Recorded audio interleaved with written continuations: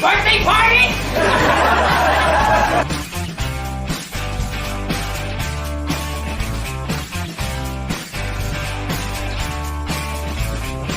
And then you got a freaking miracle. There you go. All right, welcome to the Abracadamn podcast, and I'm your host, stand-up comedy magician Danny Whitson. All right, Abracadamn, I hope you are doing good, getting stuff done, son. I am. I know I am. I just getting back for some fun shows out at the casino, so that was good times. But it's nice to be back home, getting ready for the holidays. That's a big fat stressor, I'd say, for everyone.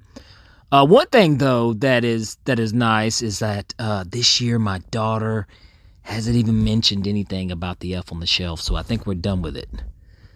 Yeah, I don't think we have to do that anymore. Which, I mean, it was never like anything for me. I just watched my wife like having to come up with creative things every day, you know. So luckily we don't have to do that anymore because I don't think she's mentioned it. So don't say nothing, won't be nothing. You know what I'm saying? And I think little things like that's weird. When I was a kid, we didn't have stuff like that.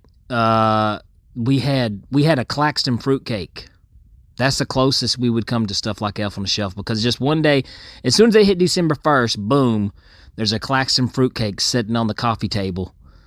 And then the next day you would come in the house or you'd get up and someone moved it on the shelf, and then it would be on the table. It just moved all over the house until eventually Christmas is over and it was gone.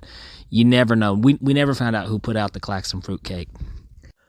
Also, before I forget, I want to give a quick show date announcement. Next Friday, I'm going to be at the Comedy Zone in Bristol, Tennessee / Virginia. It's right on the border. But yeah, December 10th, Friday night, 8 p.m., the Comedy Zone in Bristol, Virginia, Bristol, Tennessee. You can get your tickets there at the Comedy Zone in Bristol.com. And they'll be selling tickets at the door, so definitely come out. We're going to have a good time. All right, now let's give a big shout out for the sponsors for the Abracadamn podcast. Okay, well, today's episode is brought to you by Rosie Tattoos. Custom tattoos designed to suit your style in a friendly and clean environment. I've been getting my tattoos done by Rosie for a while now, and I couldn't recommend anyone else because she does excellent work. As a matter of fact, I got an appointment to see Rosie here in just a few weeks, and I cannot wait to get my ink therapy done, baby. Rosie gets free consultations by Facebook Messenger, Instagram, or by email. Shoot her an email at rosietattoos@yahoo.com. Give Rosie a call today at 865-281-3451, or go see Rosie at 5710 Kingston Pike, Knoxville, Tennessee. Get your ink therapy done. You know you want a tattoo. Go see Rosie Tattoos. All right. Now, today's guest is somebody who has performed all over the country, and she currently right now is a headliner at the Chicago Magic Lounge in Chicago, Illinois. You also may have seen her on the Masters of Illusion show on the CW channel. Regardless, this is a fun interview, a fun conversation. So if you will, sit back and relax and enjoy my fun conversation with magician Paige Thompson. All right, I'm excited. We got magician Paige Thompson here today on the Abracadamn podcast. How you doing, Paige? Hello, I am doing amazing. Thank you so much for having me. I tell you what, Paige, if you do not mind, will you go ahead and introduce yourself to the listeners? Of course. Well, you pretty much said it. My name is Paige Thompson, and I do magic tricks for a living. That's all I got. Well, definitely interesting whenever you tell, it's always, I always found that awkward. Let me ask you this right off the bat, because I always feel so weird when people ask, so what do you do for a living? You're like, I do magic. Is that what you do? Do you follow up that, or do you say something like, I'm an entertainer? What do you say? No, I honestly usually say, yeah, I do magical tricks. That's my job. I keep it simple. Now, see, when I say that, they look at me, they're like, is he off a little bit, or is he serious? But you ever get those weird stares where they're just kind of like, really? Wow. Oh, yeah. You become a novelty. You become a novelty to them all of a sudden. Well, it's either, well, what's your other job? Or, Yeah. or who do you assist? And I'm like, Okay. Now this is something that I'm real big on, but you opened the door to this, so we're going to go there. Okay. 100%. I love seeing so many female magicians are starting to take the stage, to be the magician, because I mean, if there was one performing art form that was more like just male dominated, and even more than stand-up comedy, because in stand-up comedy, it was an issue, but magic was even worse, and I love seeing what's happening now. And one thing that I do not do whenever I introduce you, you're a magician. You're not a female magician. You're a magician first. and the same thing to a comic, that comic is a comic first, and I'm love seeing this, but I got to say that has to be super annoying on your part when you do get that, correct? Oh, I mean, I've definitely gotten used to it, but it really is getting better. People are so much more used to seeing a female as a magician. So it's great because, like you said, there are so many more females deciding, hey, I can do this too. So yeah, it's refreshing and it's nice. And people are it's usually the older generation that is like, oh, what are you doing, young lady? Who do you assist? And I mean, I think that's with so many things, not just in magic, but I think it's so important to for other people to be able to see someone like them doing something that they've never seen someone like them do before. Yes. Not even to talk politics, not talking politics at all, but and regardless if you voted for him or not, regardless. But I think that was one of the important things with President Obama. Mm-hmm. He African-American children actually got to see someone who looked like them as president. Exactly. And which that can only help us all in the long run. It gives more people opportunities that, hey, you can do things. And so I would love if a little girl sees a magician and someone up there that looks like her, and she's like, hey, this could be the next David Blaine, could be the next, David Copperfield. Yes. So I would love to see something like that. So kudos to you, Paige. You are a trailblazer. You are a pioneer in your field in some ways. But at the same time, like I said, I don't want to be one of these people that, well, let's just talk about the obvious. She's a woman. Oh, you're a magician first, Paige, is what you are. And I brought this up before the interview. I got to talk about this again. You did this on Facebook, and I really dig the color changing nail thing that you did on Facebook. That was super cool. I love that. Thank you. I do. I'm really having fun, like incorporating like me into magic. Like that's what's fun about magic is you get to be yourself. You don't have to play a part. I mean, a lot of people do choose that, which is amazing. But I really enjoy getting to be myself and incorporating what I like or what I find interesting. Okay. I agree with you 100%. I truly do. Okay. But now there's some magicians out there that would probably argue with us, and they go back to the old, is it Henny Nelms? I can't remember who said it, but it's the magicians playing a part of an act. Okay. Yeah. Danny Whitson, when I'm on stage, I'm Danny Whitson. I'm just an extended version of Danny Whitson. Yeah. And I put my personality into my magic, and I can tell you do the same thing with what you do. And I think there's a problem too. If you become too much of a character while you're performing, you can also, you lose out on connecting with your audience sometimes. I agree.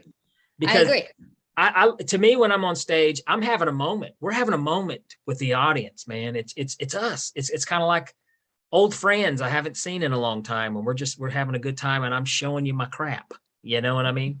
So, but yeah, I'm totally on board with that. Totally agree with you.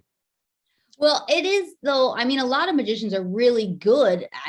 believe they are actors and they are great at being that character. I cannot do that. If I try to be a character, I come across as very insincere, super fake, and it just doesn't work. So I definitely had tried that, but I've learned people like me a lot more than a fake me. So it's definitely trial and error.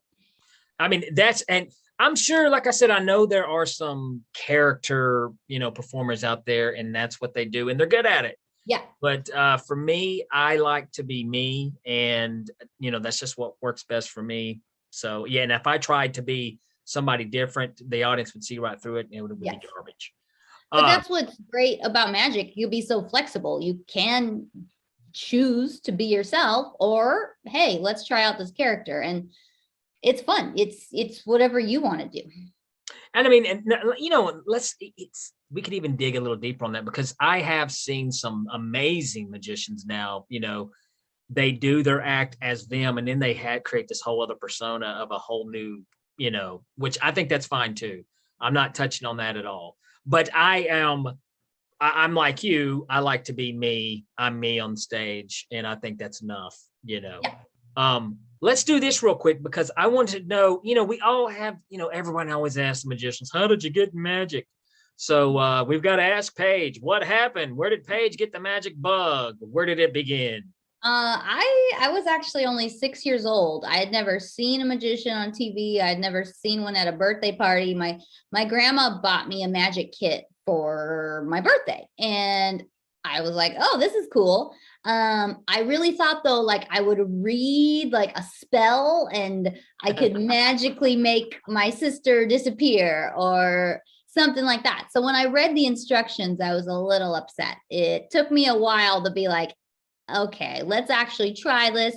But then I became obsessed. It was a kit called Hocus Pocus 72 Tricks. And I learned all 72 and I was obsessed. And then, I mean, for me, I didn't even realize girls weren't into magic because I had never seen a magician. So I didn't think of it as a male dominated world. So to me, it was just like, you can read this book, you can figure out magic. It's not like a girl or guy thing. And it wasn't until I was a little older and starting to see magic on TV where I'm like, oh, wow, that's weird. Why aren't more girls doing this? That's cool though, because I mean, now, so you got what we call the magic bug, and for you listeners not familiar, the magic bug is whenever it's like turning into a zombie, another magician bites you, and then you start having these weird cravings. Actually, the magic bug is something that I think it's you get that kid or you learn that trick, and then there's some people that get those magic kits, they learn that trick and then set it down and they go to other things. But then there's a special group of us that we just can't, we get obsessed with it, you know? And that's so cool. Now, so that's kind of what got you in there. And then are you in Chicago? Is that the area kind of where you grew up? Actually, no, I've only been in Chicago it's almost been 5 years now, but I grew up in the Bay Area of California. Okay. So is there I'm pretty sure there's a pretty good magic scene culture in that area, correct? There is. Unfortunately, I grew up kind of in the middle of nowhere. It was like about an hour and 20 minutes outside of San Francisco. So to get anywhere, I lived in the middle of nowhere. We had 11 acres of land with nothing on it, and it took 30 minutes to get to anything. So I was just on this ranch, and I would luckily get magic books to read, and I would record like magic specials and with a VCR. Yeah, I'm old. So I would record them and watch them over and over. And that's how I figured out a lot of magic. But it was mainly illusions. So I always wanted to be an illusionist. I was obsessed with Lance Burton, watching David Copperfield. I would be so excited every Thanksgiving because the night before they would show those world's greatest magic specials. Oh my God, were those not the greatest? Yes. Were those not the greatest? It was my favorite. I'd be like, oh my God, Thanksgiving's coming. Time to watch World's Greatest Magic. Yeah, it was the best thing in the world.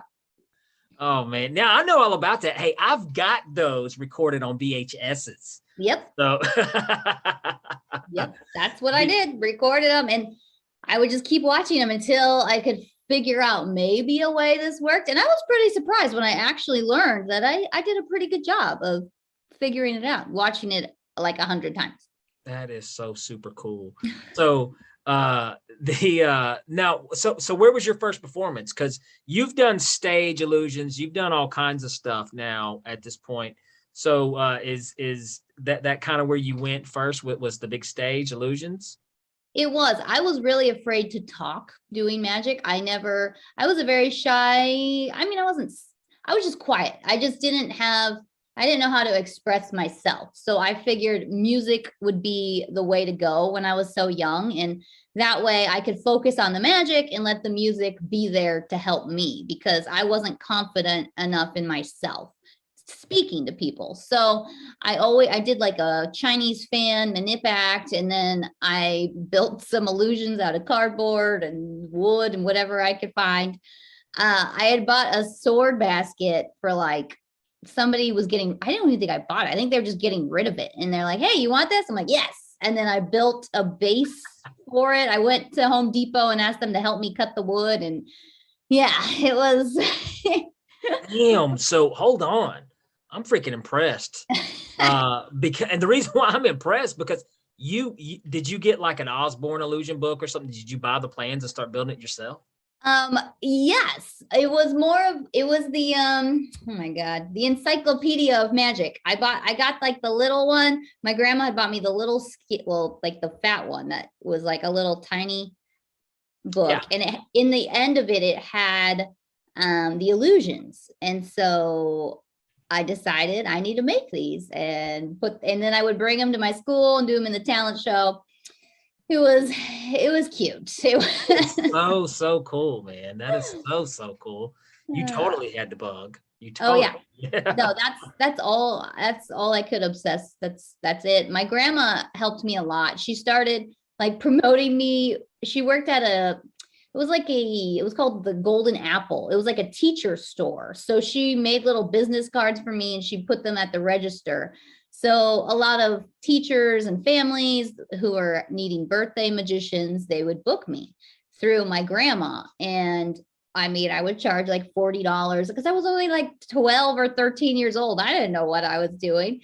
I was barely older than the kids that were having the birthday. So that's how it started. And luckily, I did these like teen weekends at the World Magic Seminar back in like 2000. I think the first one I did was 2002 or 2003.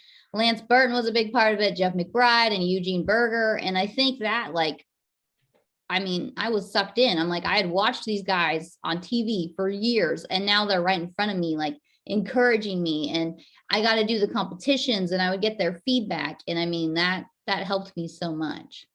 You know, I really hate that I never got to meet Eugene. Oh, wow. So I would have loved to have met Eugene. And Eugene is from Chicago, correct? Yes. No, he has like everybody out here is like, they know Eugene. They know everything about him. I didn't even know he was from Chicago until I moved out here. I always thought he was a Vegas guy since I always associated him and Jeff McBride together when I was younger. You know, the one thing, and I tell magicians this now when I look back, is like a lot of times when I watch, if I watch another magic act, I really don't care if you fool me. I really don't care. But as long as it's an original, entertaining act, that's really what I want to see, you know? And I remember back in the day, whenever, I'm buying the VHS tapes and the books and everything. And, you know, Jeff McBride had so much material out on card manipulation and stuff. And Eugene would always, offer the teaching of how to talk and tell a story while you're doing the magic, putting meaning to your magic, Yes. Back then it flew right over my head because I didn't care. I wanted tricks. I think all of us. Yeah. Yeah. And now when I look back at that, I'm like, gosh, that was so gold. That was great stuff that they were giving away. And, I wonder, and I don't know, but who's out there now? If someone out there else is still giving that same type of information. I know Jeff McBride still is, probably with his mystery school and stuff. Oh, yeah. But I just wonder, who's going to come after them? and Right. and push the performance side of magic, because it's easy. Like you said, it's easy just to get caught up in tricks and moves, and you have a bunch of dull performers, Yes. Yeah. But yeah, Eugene, man, definitely. I hate the fact that I never got to meet him, but I've always heard awesome, amazing things. And like you said, you're right there you're in Chicago. So let's talk about that too, real quick, because we just mentioned Eugene Berger, but we all know now, magicians know this. People listen to the podcast. If you're not familiar with this, we'll explain a little bit, but you are in a town that is known for one of the greatest card guys who have ever lived. All right, this guy has he came. Mike, it's insane how many moves this guy has contributed to card magic. But Mr. Edward Marlowe, that's his town too, correct? Oh my, yes. The Chicago is a Marlowe city for sure. It is crazy the knowledge these people have on Marlowe. It blows my mind. I mean, I knew the name, of course, before I moved here. I knew he was great, but now I feel like I can't mention another card guy's name because wow, the obsession with Marlowe is real. It is. Well, I mean, the culture in Chicago, the magic culture in Chicago is absolutely insane. And honestly, I did not know. I moved here very randomly. I had a show kind of in Branson, Missouri for a while. I was living in Vegas. I got asked to be a part of a show in Branson. I knew nothing about Branson, but I decided I kind of needed it. I had been in Vegas. I wasn't doing a ton of my own stuff. I'd been assisting magicians, also bartending, and I wasn't like taking the next step. So I'm like, this could be a good opportunity. Force myself to progress and, figure out more material that was good for me. So I moved to Branson and it was a mess.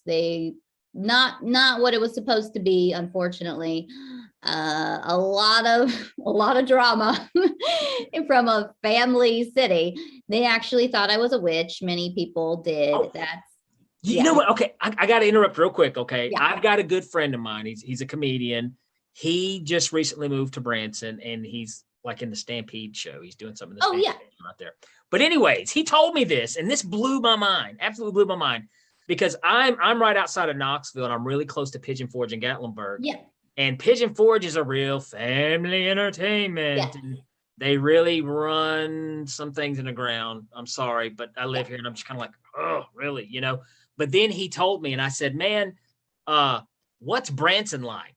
And he said, dude, he goes, it's the most conservative place I've ever been in my life. And I said, dude, more than Pigeon Forge? He goes, Pigeon Forge has nothing on Branson. So go ahead, Miss Witch, go ahead. Let's hear it. No, letters were written into the theater saying they do not allow witchcraft in these parts. Also, they thought I killed somebody every night. We did a levitation where somebody's floating in the air and then there's a sword and then that person is lowered onto the sword and then they drop through the sword. So it's like they are impaled by a sword. But then you magically take them off and they dance around, they walk off the stage. But when that girl dropped through the sword, somebody jumped up in the audience and said, murderer, yelling at me that I had murdered somebody on stage. And they ran out of the theater, started writing reviews saying I murdered someone every night. And this show is not. That is insane, man. People don't realize this, because I've had people. I remember one time I had a lady come up after a show, and she said, "Sir, can you really help me? I lost all my expensive jewelry at my home. I need you to come to my house and hypnotize me, so we can find it." And I was like, "Wow!" I said, first of all, I don't do that. And second of all, don't ever ask a total stranger to come to your house and do something like that. No. It's what people believe and you would think that in 2021, people would not think certain things that they do, but they do. They're still there. Oh, yeah. I had no idea. And I mean, I grew up in California, lived in Vegas, so I was not used to, I I mean, I would see this stuff in movies, but I didn't think it was still happening in the world. And then I'm like, people would even point at me in the Walmart because I had pink hair. It's like, what is that? And I'm like, are you kidding me? This is not the weirdest thing. So I decided by Branson, and I tried out Chicago. It was an 8-hour drive. I'm like, let's see what I could do here. And then I realized, oh my God, this place has an amazing magic community, and also the most welcoming magic community I had ever been a part of. It was such a refreshing thing. It's not like they were, any of these sort of industries, people could be like, I don't know who you are. Where are you coming from? I need to check everything. But here it was like, oh my gosh, you're magic. Welcome. Come watch the show. Come meet us. Go join us over here. It was so nice. And I just felt relieved that I was welcomed and people were nice.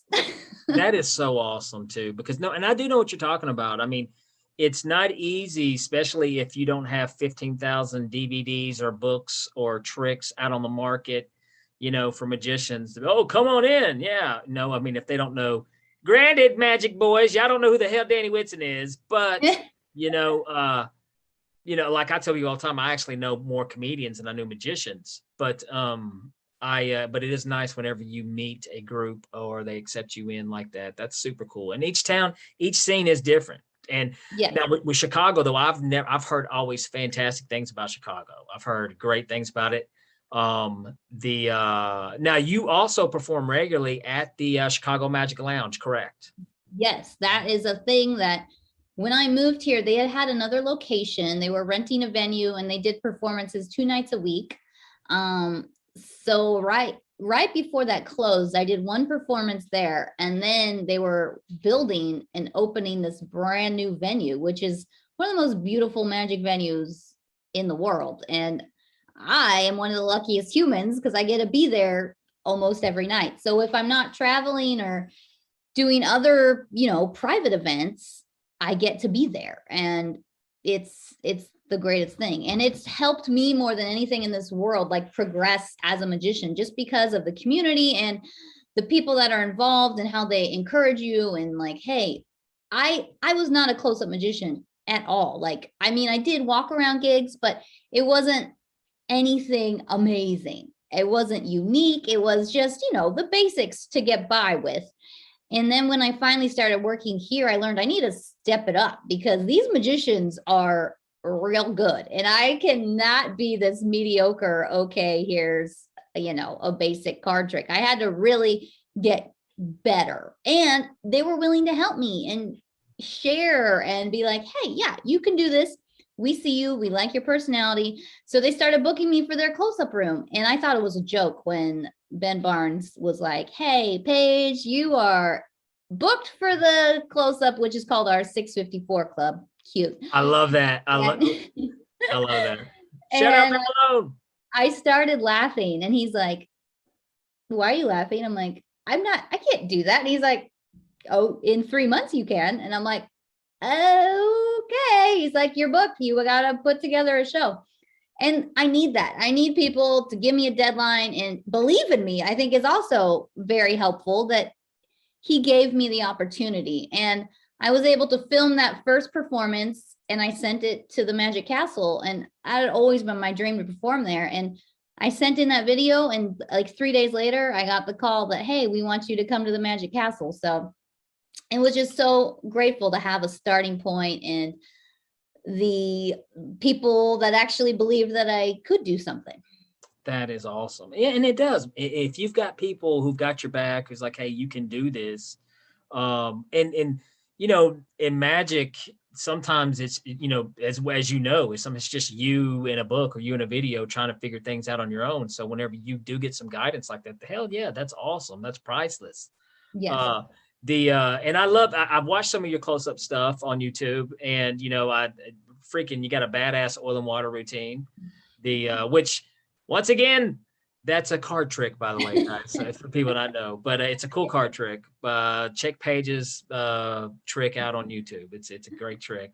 Thank you. And I love that. And we all start out, well, I think most of us kind of start out doing, close up, and for me, I started out doing strolling restaurants, and then I became a busker. Then I got into comedy clubs. I just recently landed a reoccurring gig to where I'm doing close-up magic again. Awesome. And I had to dust off the chops a little bit, because you do get, if you don't think about close-up, if you don't do it regularly, you can get a little rusty. You know what I mean? So but it's been fun, because I've been able to oil the gears a little bit and get back into it. Close up, though, is compared to, let me hear your opinion about this. First one, which one do you enjoy more, close up or parlor type, stand up type magic? Oh, I honestly, that's hard. I really enjoy both. Yeah, it's a tough one. It is hard. But I feel like what I'm starting to love even more about close up is that it's the easiest thing to travel with. So True. Very well true. Great point. And I mean, you could get so much, now that I've actually learned a lot, you can get so much out of just the deck of cards. Like you can do a 30-minute show with the deck of cards and not need 30,000 props to fill up your suitcases and be too heavy to travel with. So that I have learned is a big benefit, but it's also, people seem to like it more. I don't know about more, but I feel like they think it's impossible what you're doing because they are right there. They are right where they are at the table, or, there's only 30 people in the audience. So they feel like they're a part of the show. I think when you're on stage, you never quite get that connection. Obviously you connect, but it's not the same. So close-up magic, I think it's really become one of my favorites to perform.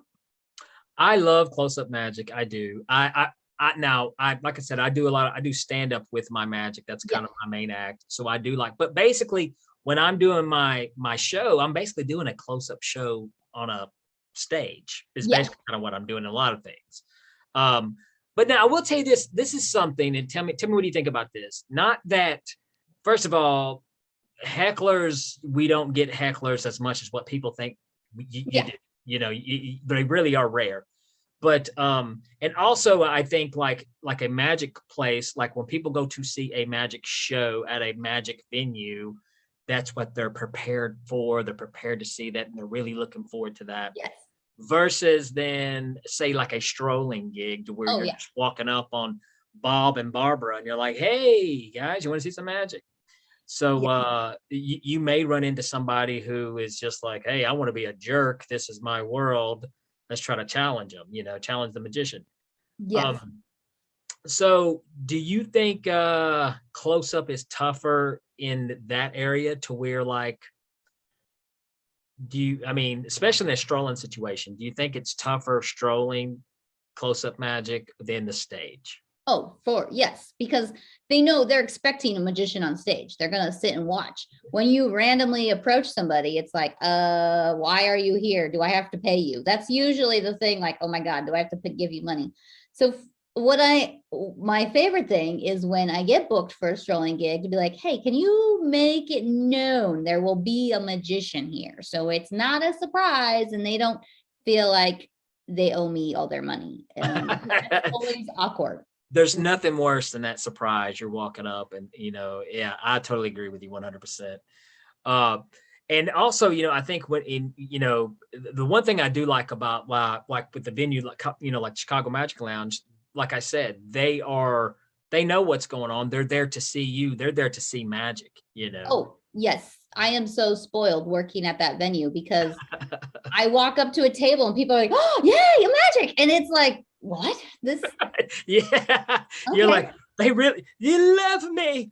And I don't even have to do anything. I'm just like, oh yeah, hi, welcome, enjoy the show, bye. No, but you have them right away. You get the occasional person that was kind of dragged there and they are like, I don't like magic.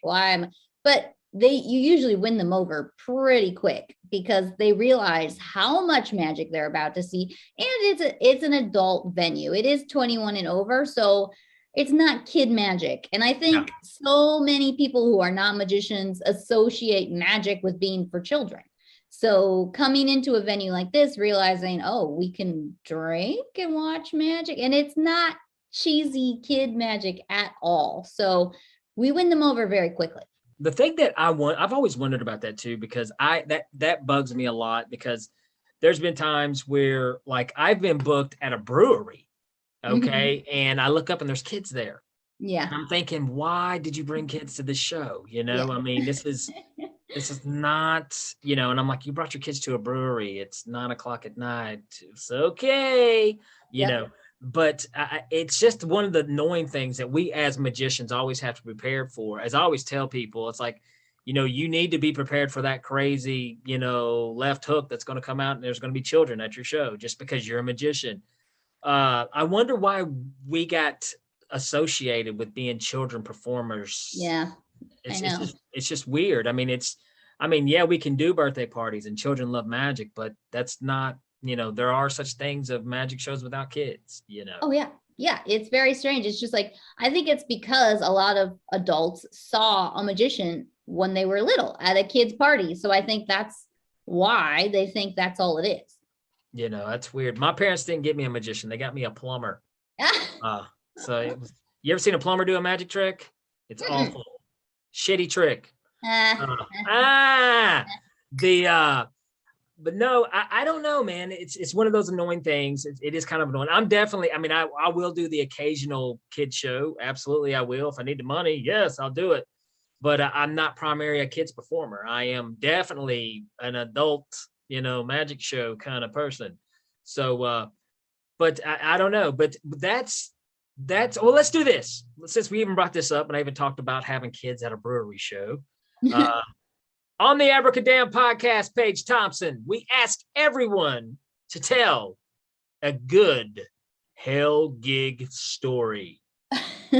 Let's hear one.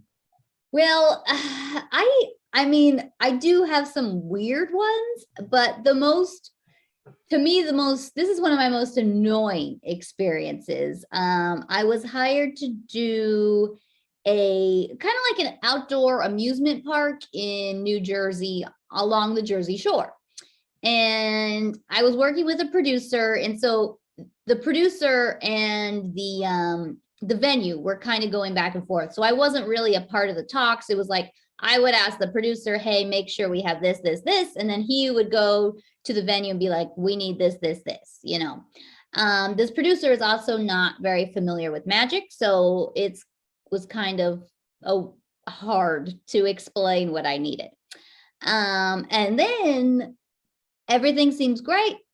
They've agreed to what I need. I'm like, perfect. So I show up at the venue and they're showing me around, and it's outdoor, it's summertime, it's hot, which I love, but they show me the stage, and it's like a platform stage, but it's metal, which is weird for the summer because it's like a reflection of, you know, the sun bouncing on your face. And I'm like, whatever, I can deal with that.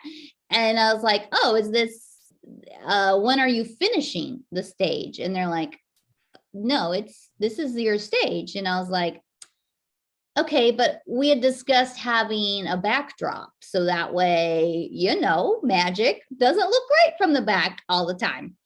And they're like, well, it's right there. And I'm like, what am I missing? And they're like, the roller coaster, it's a beautiful backdrop. I'm like, no, that is in the background.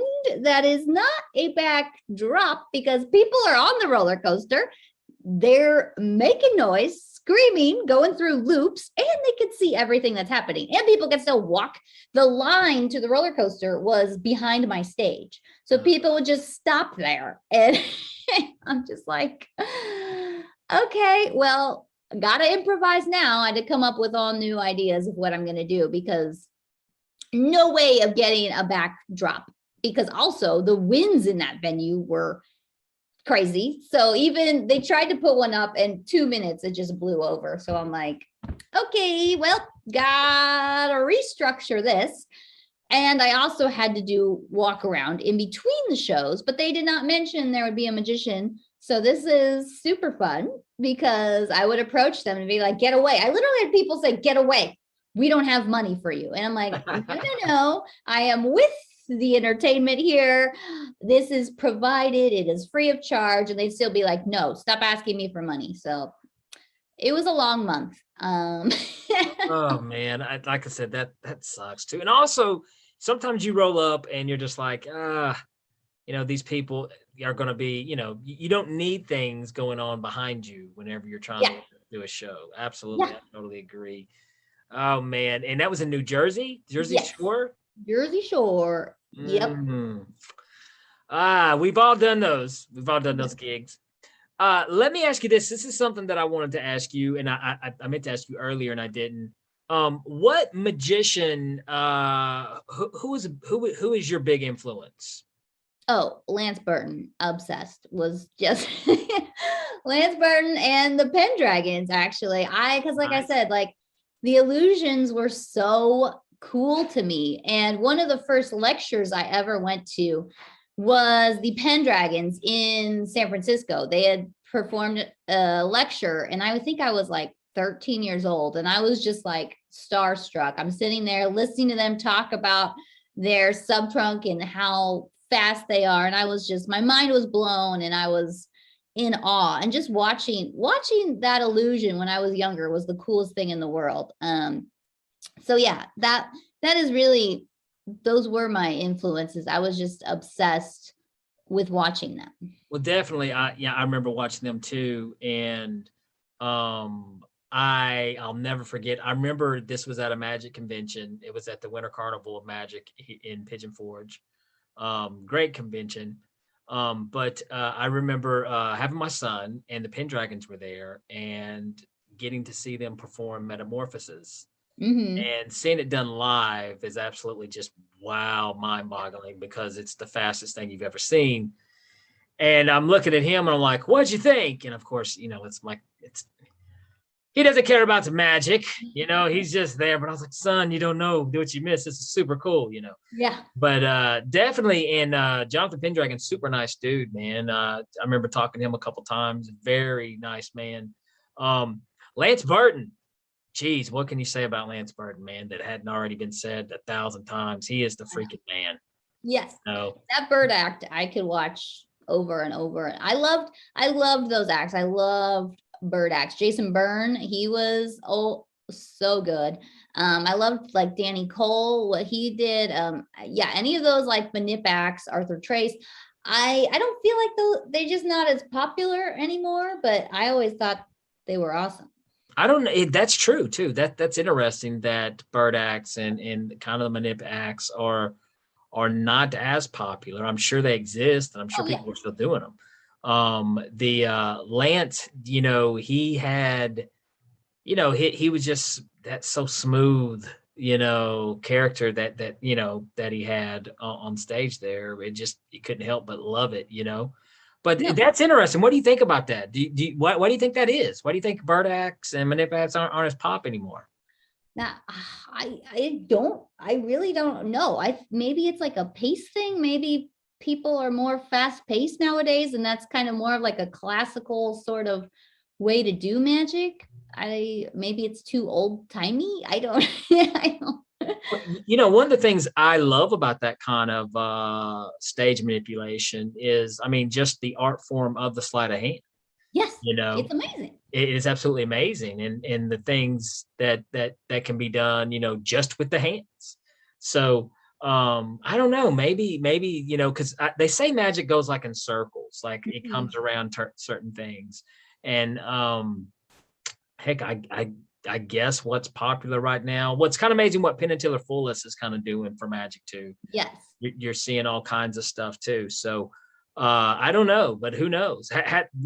That's one thing that I don't think I've ever seen on there. Now, granted, I haven't watched a whole bunch of episodes, but have you seen any Manip acts on Penn and Teller Fullis?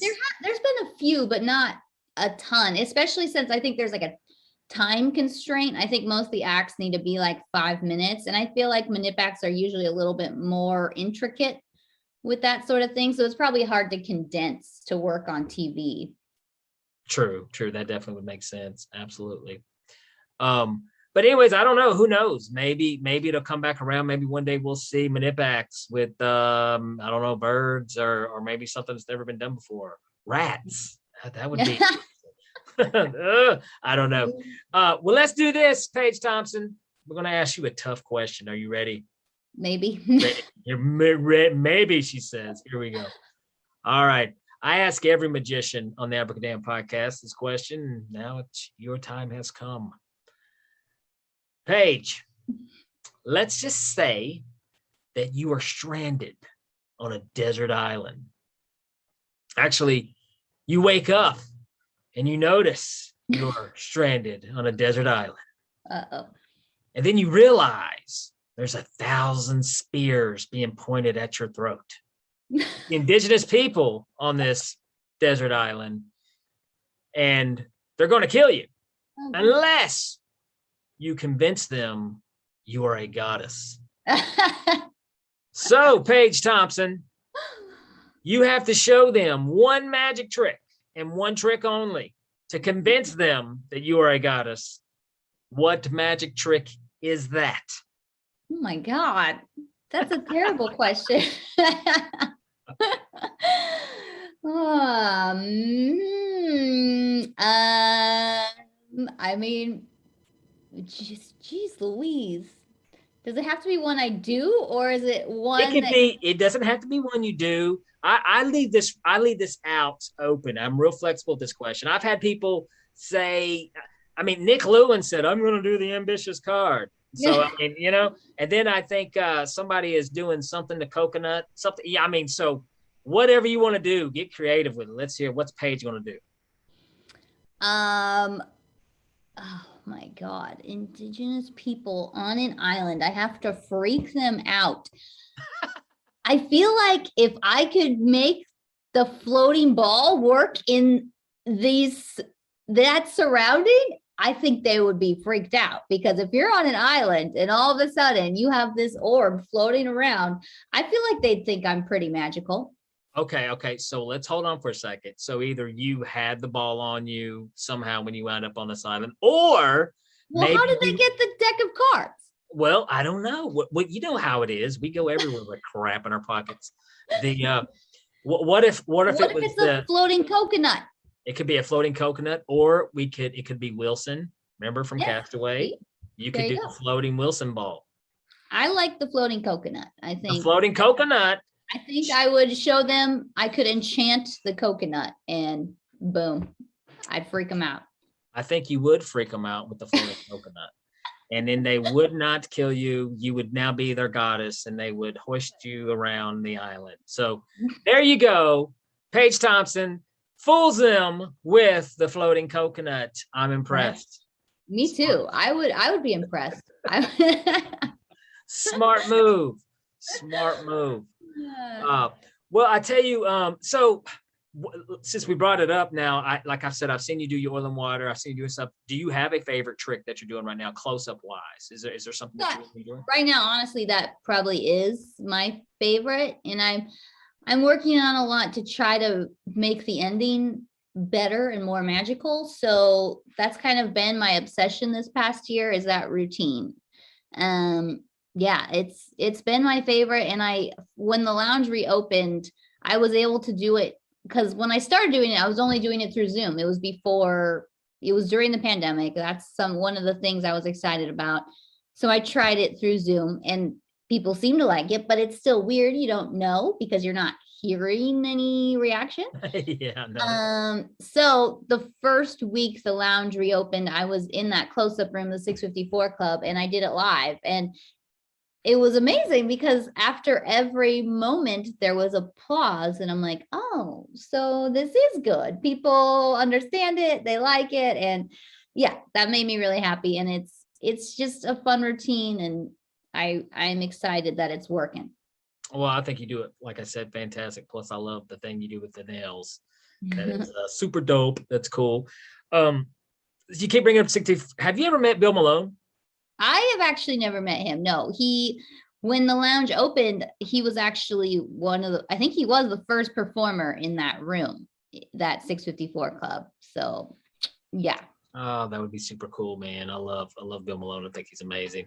Well, I tell you what, Paige, before we get out of here, before we wrap anything up, is there any places you're going to be? Any place where people can learn more about Paige Thompson? Well, you can check out pagesmagic.com or at pagesmagic. Next month, I will be at the Magic Castle. Actually, I was just invited back. The 13th through the 19th, I'll be in the close-up gallery of the Magic Castle. So if you have an opportunity to do that.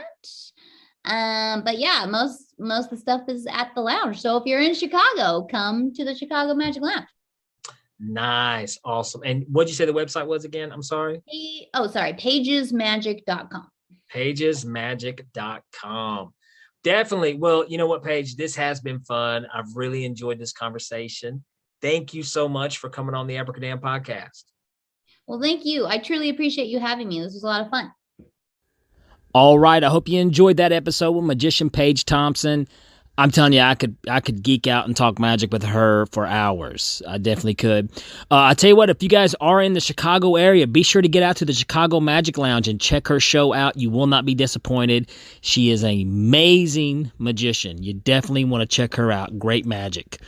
Also, if you have not done so yet, be sure to like, subscribe the Abracadamn podcast wherever it is you listen to your podcasts. And let me say this, quick shout out to Russia. Thank you for the downloads, and I see you, and like always, Abracadammits, thank you for listening. Yes! Awesome! Let's rock it around! Abracadabra.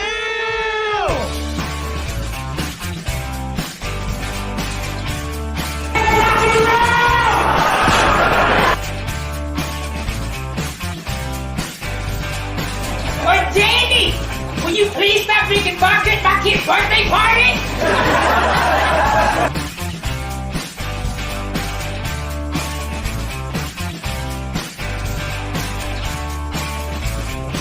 And then you got a freaking miracle. There you go.